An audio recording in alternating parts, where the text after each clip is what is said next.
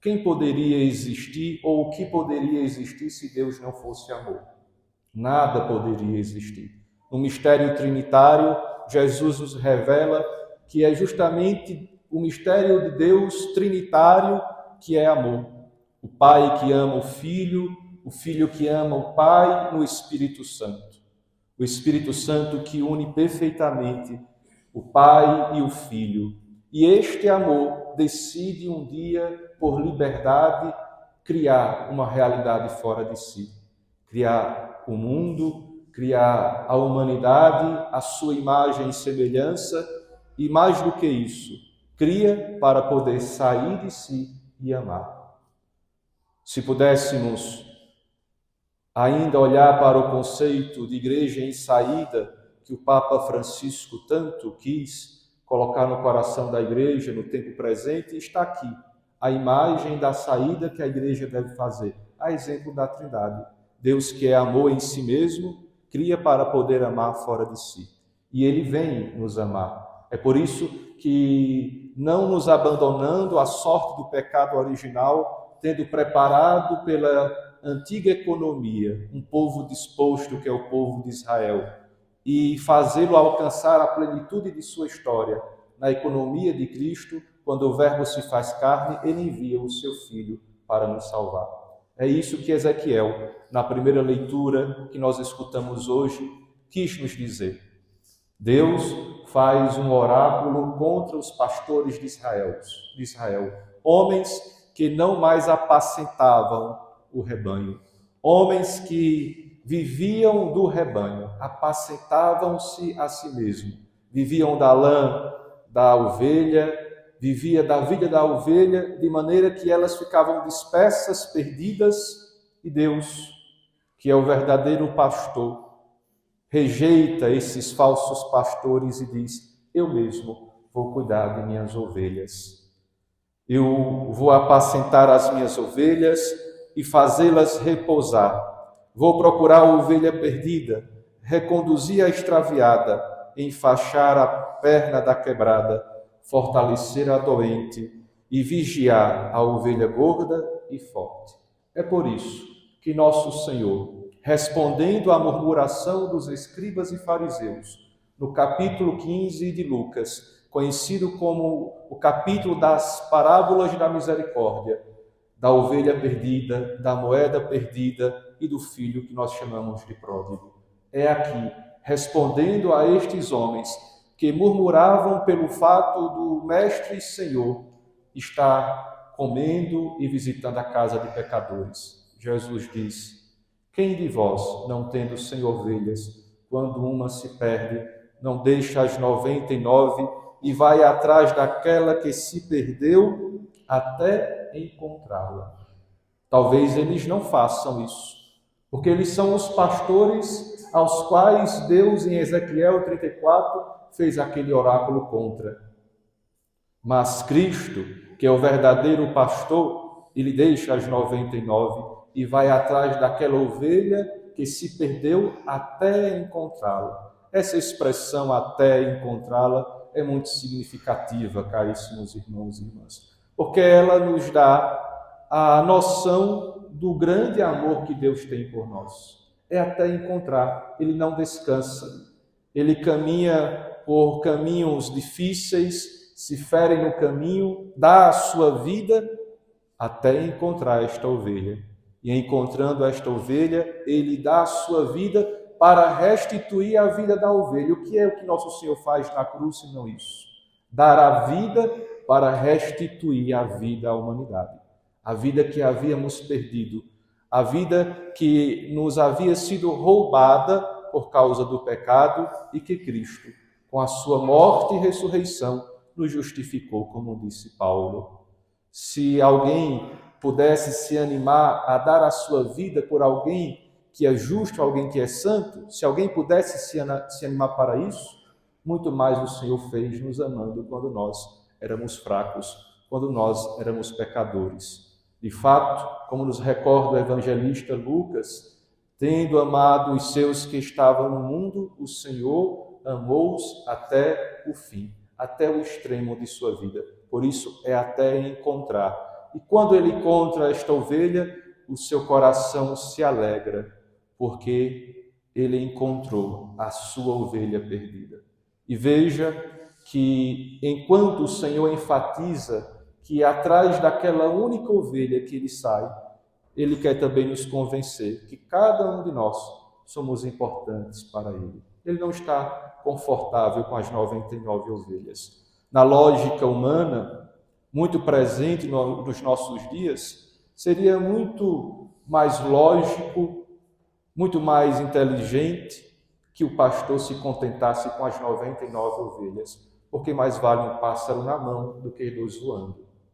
Mais vale o lucro, mais vale esta lógica de números que se expressam de maneira assustadora nos dias de hoje, do que ir atrás daquela única ovelha que se perdeu. Mas é isso mesmo que o Senhor faz. Vai atrás da face da ovelha. Vai atrás daquela ovelha que já não mais está no seu redil, que saiu de sua visão e que por isso mesmo carece de vida. Mas, caríssimos irmãos e irmãs, aqui está uma outra coisa que é muito importante. A iniciativa é de Deus. No capítulo 15 de João, Jesus diz: não fostes vós que me escolhestes, fui eu que vos escolhi. É o pastor que toma a iniciativa de ir ao encontro da ovelha. Mas a ovelha, como uma resposta a este pastor, deve ter consciência que está perdida. Deve ter a noção que precisa do pastor. Deve compreender, deve aceitar, deve assumir que está sem vida, que está fadada à morte, que está fadada ao desespero. Caso contrário, sem essa percepção, a ovelha continuará a fugir do pastor, a se esconder do pastor. É preciso que a ovelha perceba: eu estou perdida, eu preciso ser encontrada, eu não posso mais fugir. E esse encontro se dará porque o Senhor não descansará até encontrar. E o Senhor, caríssimos irmãos e irmãs, como nos fala no Evangelho também de João, no capítulo 10, dizendo que Ele é o bom pastor que dá a vida por suas ovelhas, Ele diz: eu chamo as minhas ovelhas pelo nome, elas me escutam e me seguem. Há na ovelha perdida, além da aceitação de que assim se encontra, um elemento identitário que a recorda quem ela é, a quem ela pertence, ao escutar o seu nome ser pronunciado pela voz do pastor. E por isso, por mais escondida que ela esteja, escutando a voz do pastor, poderá ela também ir ao encontro daquele que tomou a iniciativa de encontrá-la, de procurá-la até encontrar. Esta imagem que a liturgia da palavra hoje nos apresenta, caríssimos irmãos e irmãs, é a imagem do Sacratíssimo Coração de Jesus. Este amor que nos precede, este amor que nos cria, que nos elege, que nos salva em Jesus Cristo e nos faz participar de sua vida por meio do Espírito Santo que foi derramado em nossos corações. Em um dos anos litúrgicos, o Evangelho é de João 19, o coração ferido de Jesus pela lança do soldado, e dele sai sangue e água. É este coração do qual emana o Espírito Santo, caríssimos irmãos e irmãs, que nós somos muito amados. E isso vai nos alcançando por meio da economia sacramental ainda hoje. Paulo disse: se ele nos amou antes de sermos justificados, quanto mais agora que nós estamos justificados.